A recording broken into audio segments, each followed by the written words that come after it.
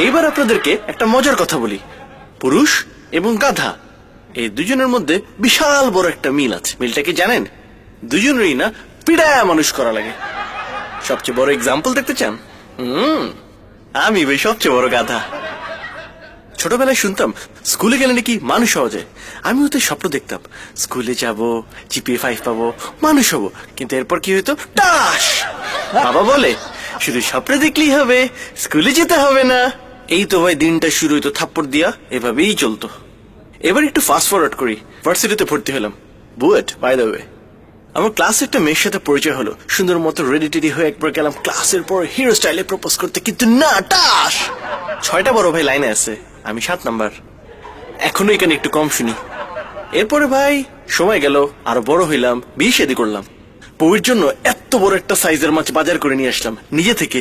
স্বপ্ন ছিল যে বউ মাছ রানবে, আমি ইলিশ পোলাও খাবো একসাথে, কত রোমান্টিক। কিন্তু টাস! বউয়ের কথা, এত বড় মাছ কেন আনছো? এটা রাঁধবে কে? এটা কাটবে কে? এটা রাখবো কোথায়? এরপর কিন্তু ভাই বুদ্ধি শুদ্ধি হইলো, বড় মাছ আর নিব না, ছোট মাছ নিয়ে গেছি। একটা মাছের জন্য একটা চর খাইছিলাম, আর এবার এতগুলো চর খেতে হয়েছে। True story, true story. পুরুষ মানুষের ভাই জন্ম হয় শুধু মায়ের খাওয়ার জন্য। Thank you guys, thank you. শুধু কিন্তু ছেলেরা মার খায় না, মেয়েরাও অনেক মার খায়।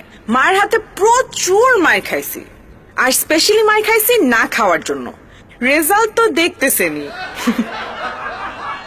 তারপর যখন স্কুলে পড়ি, ম্যাথ ক্লাসে বসা, অনেক কনসেন্ট্রেট করার চেষ্টা করতেছি, কিন্তু পিছে একটা কে জানি কনস্ট্যান্টলি ঘসেটি বেগম বলেই যাচ্ছে। আমার এত মেজাজটা খারাপ হয়ে গেছে, আশেপাশে কিছু না পেয়ে চিন্তা করলাম ওয়্যারলেস পদ্ধতিতে মারবো। কি সেটা? তারপর আর কি, অ্যানালগ লেভেলের মাই খাইলাম, আমার হাত আর স্যারের বেত। কলেজে যখন পড়ি তখন প্রথম লাভ লেটার পাই। খুশি হব কখন? লাভ লেটার পড়ছে ভাইয়ার হাতে। কে দিছে, কি লেখা ছিল কিচ্ছু জানি না, কিন্তু হাড়ে হাড়ে ভাইয়ার এক একটা চটকনার বিট ঠিকই মনে আছে। অনেকে বলে না বিয়ে 2 ধরনের হয়, বিয়ে কিন্তু এক ধরনেরই হয়, লাভ ম্যারেজ।